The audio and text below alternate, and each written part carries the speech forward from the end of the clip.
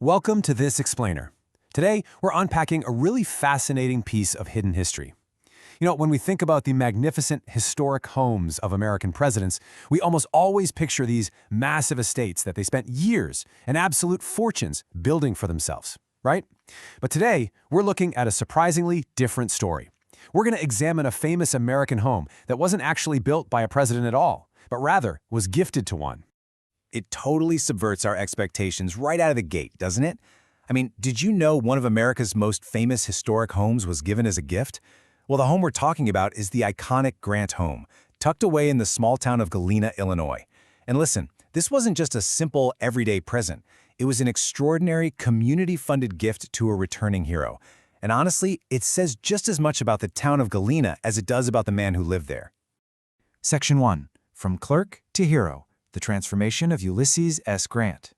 To truly grasp the impact of this gift, we really have to set the scene. Okay, so the year is 1865. The Civil War has literally just ended, and across the entire country, people are ecstatic, celebrating the Union victory. But Ulysses S. Grant? He was returning to Galena a completely transformed man. See, the people of Galena remembered him from his quiet days working in his father's leather goods store. They remembered the years when he seriously struggled to support his family, a time when, frankly, very few people believed in him. But now, he was coming back not as that struggling clerk, but as the celebrated victor of the Union. He had literally become one of the most famous men in America. Moving on to Section 2, the Grand Presentation, an extraordinary hometown gesture. So the celebration of the Union victory was huge everywhere, but nowhere was it greater than in Galena. The proud citizens there wanted to honor their hometown resident in a truly, truly special way. They didn't want to just give him a plaque or a tiny little cottage. No, they wanted to give him one of the absolute finest brick residences overlooking the whole town. But how do you actually pull something like that off? Well, this wasn't the work of just one single wealthy benefactor. The whole town united. Contributions literally poured in from local residents, business owners chipped in whatever they could, and community leaders threw their full weight behind it. It was a complete community effort to buy this beautiful home for General Grant and his family.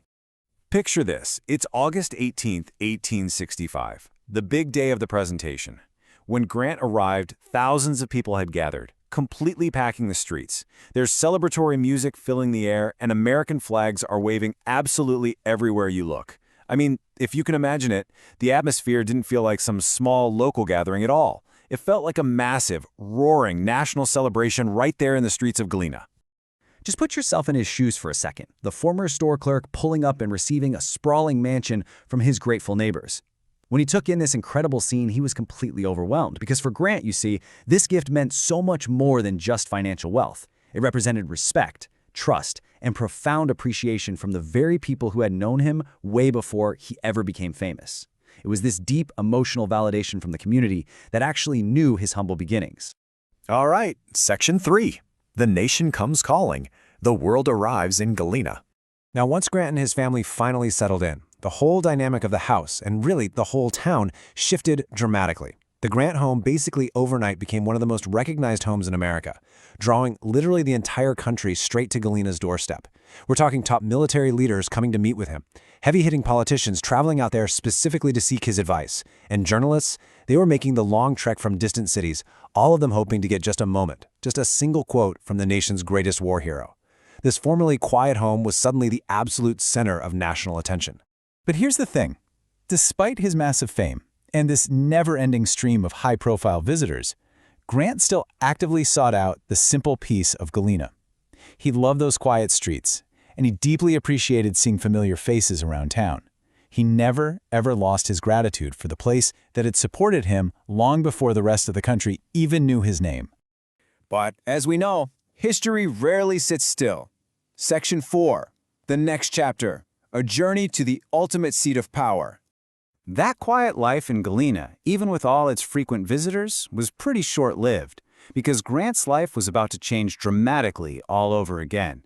Just look at this rapid progression. In 1865, the Civil War ends, and he gets this incredible home gifted to him. Then, just 3 short years later, in 1868, he is elected the 18th President of the United States. I mean, it is a meteoric ascent.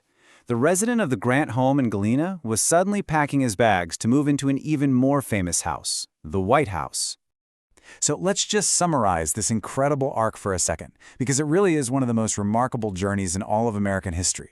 He goes from a struggling store clerk working quietly in a leather goods store to a celebrated Civil War hero, to the actual President of the United States. It's staggering.